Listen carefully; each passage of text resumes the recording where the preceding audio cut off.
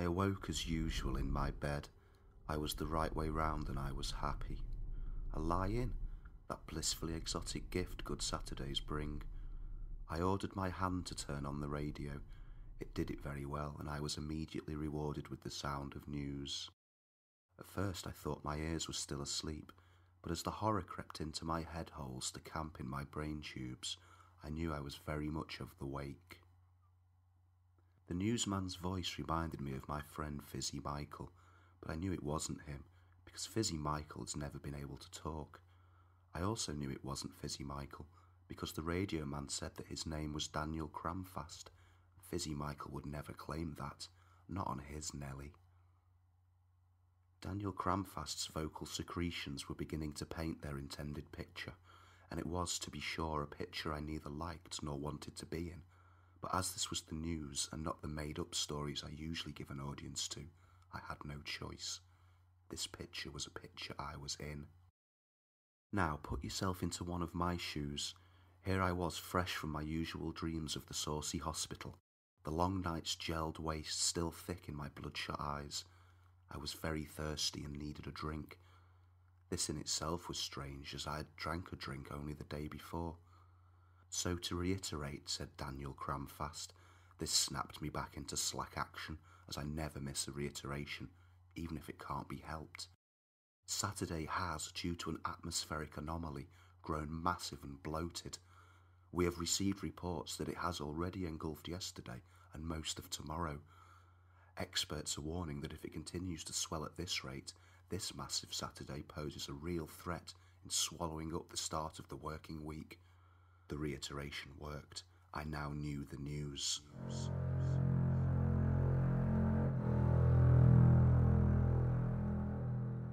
I looked at my bedside to-do list and saw clearly at the top, written in red marker pen, "Get dressed." I wrote that, I thought proudly, as the other side of my thoughts quickly scanned my wardrobe itinerary memories for something appropriate to put on. I decided what to wear at long last. It wasn't difficult. I've only got one thing. A baby blue all-in-one jumpsuit with the word jump written in yellow capitals across the front. I've never liked it, but I think it looks really good on me. I was almost ready to leave the house, but something was stopping me. The door that opens the outside up was closed, and both of my hands were unavailable, being occupied in turning my shoes around on my feet to face the right way. Forget the door. What about the window? That voice inside of me is full of good ideas, so after kissing my new wife on her photograph, I ran hat first into and through the window. The sound that a window makes when I run through it is one of my favourite sounds, said Peter, my next-door neighbour, who was busy tending to his miniature swing ball garden. It's a much better sound than the one you just made. I ignored Peter. I really like Peter, but I always ignore him. I fed the lady at the end of the driveway and got into my car. It didn't start. Damn, I didn't really swear. I filled you up with your oil soup yesterday. Then it dawned on me. Yesterday had been gobbled up by the greedy expanding today, and I definitely didn't give my car any oil soup today. I had not one money left, as my week had basically consisted of me paying for too many things. "Run! Why don't you run?" came the always reliable voice of my internal advisor, and I wrote "good idea" on the windscreen with pink lipstick before crashing through it shoulder first. "No, the door this time. Use the door, it's fine," I further advised myself and agreed. Now I was running like I've never run before. Sometimes I think it was me that invented running, but this wasn't one of those times. I had more important considerations, like where exactly was I running to. I asked a policeman who was eyeing a suspicious patio, and he told me I was probably running to my office downtown. I thanked him like a mad auntie and increased my speed to maximum fast.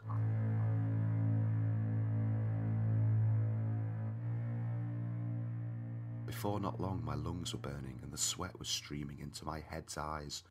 I realised in my confusion that I had for quite some time been running in the wrong direction, so I performed a rather splendid 540-degree pirouette, and with a little pat of me balls, set off back to front the way I'd just come from and gone through. Everything was fizzing past me at a blind rate, but when I stopped, it stopped.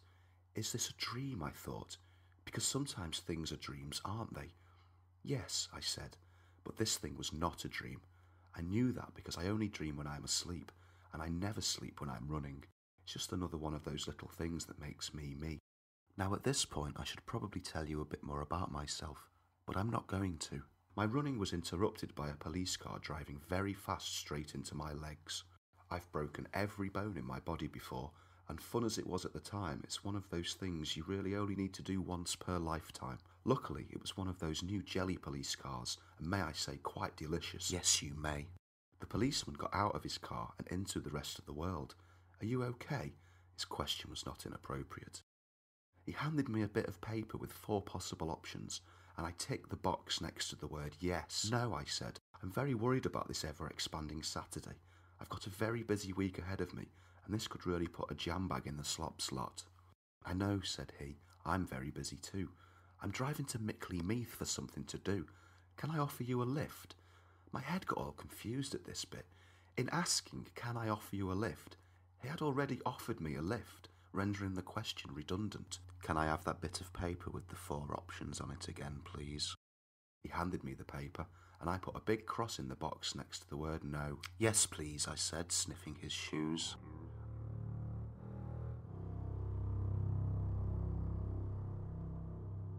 In the car was different to not in the car. The policeman had wound down his window and was saying Nino really loud out of it over and over again. I always wondered how they made that noise. Now you know, said the policeman, reading my thoughts. But don't tell any of the others, though. It's a secret, and I'll have to smash your knees off if you do. Are we falling in love? I said. Yes, he replied after what felt like seconds, but was actually hours. That is what we are falling in, but I don't think it will go anywhere, though. I didn't like this policeman one bit.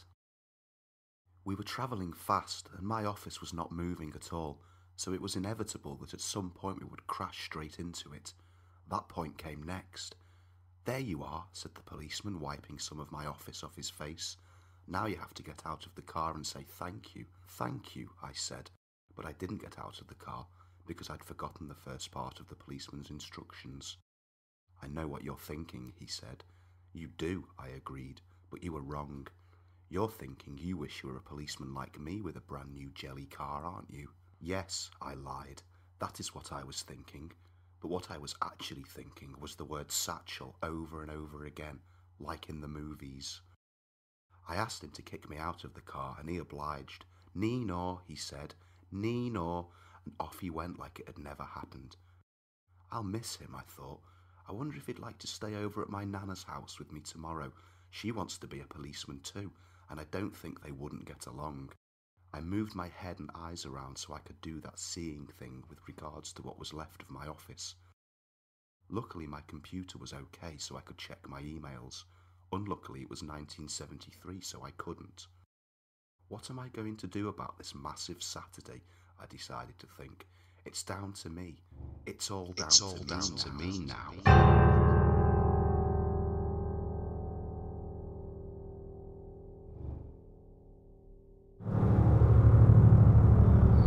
Massive Saturday.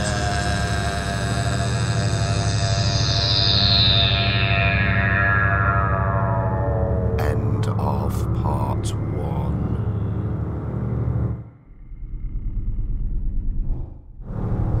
Massive Saturday.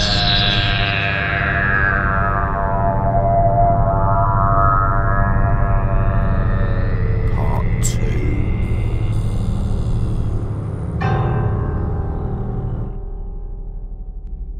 Some people would say that there's not much unusual in a swelled and greedy weekend.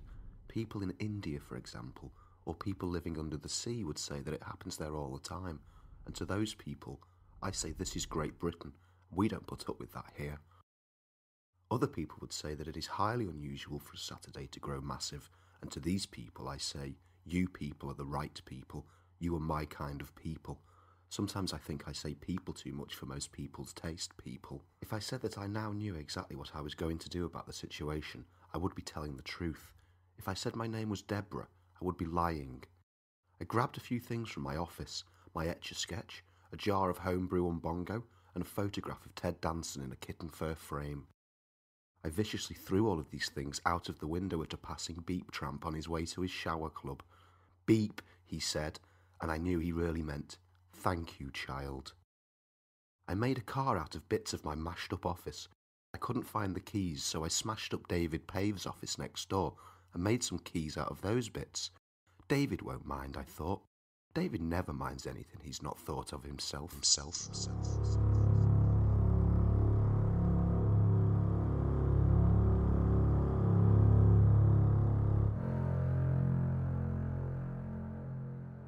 "What have you done to my office?" screamed David Pave directly into my face. "Are you angry about something, David?" I soothed. "Here, do a few laps with my mechanical grandad," I said, tossing it over. "It will either make you feel lots better or lots worse, but you won't know which until lots later, because you, David, unlike most normal people, cannot predict the future." "I know," laughed David, and started crying. Now about this expanding Saturday thing, you might think it's not such a bad thing at all, but not everybody likes Saturdays the same, and I've not fought in 2 world wars to allow the likes of them to ruin everything for all and sundry. "I know," cried David, and started laughing. My new car worked fine, so I drove to Alton Towers and had a pleasant and lonely day out. I left my car in the car park thinking it would probably find its own way back, and swapped my He-Man annual for a helicopter. "This is what I need," I thought quite loudly. "A helicopter. Perfect. Sometimes my impulse swaps really do work out for the best." The helicopter was too loud for my taste buds, but I'd seen a documentary on a television a while back that was about people who got out of helicopters in mid-air. The overall tone of the documentary was to suggest that there are better ideas than to do so I stayed put. Good old documentaries.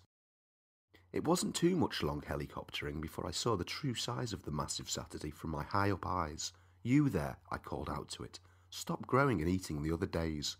"Get a proper job," it snarled at me through its Saturday teeth. "I've got a proper job, and so have you," I scolded, "and your job is to just be a normal-sized day." "See if I care," said the massive Saturday, tucking in with great gusto to yesterday's trifle.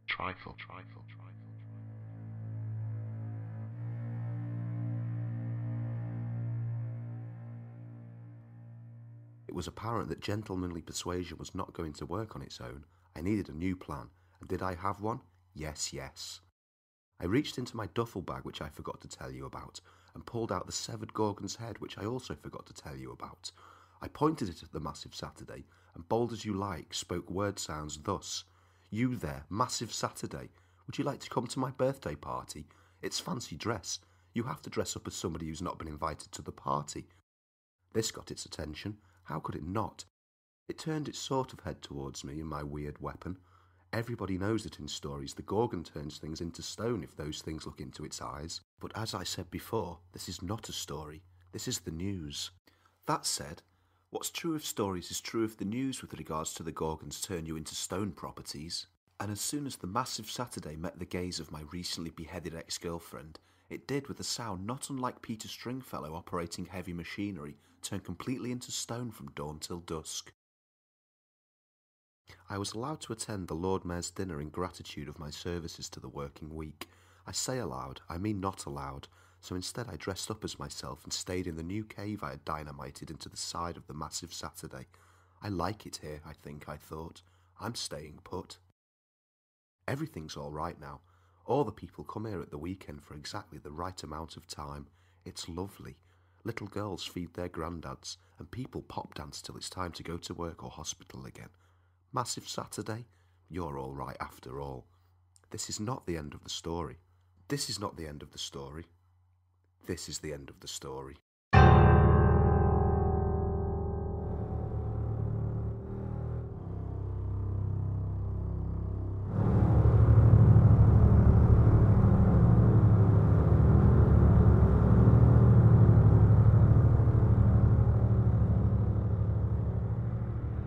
That was the end of the story.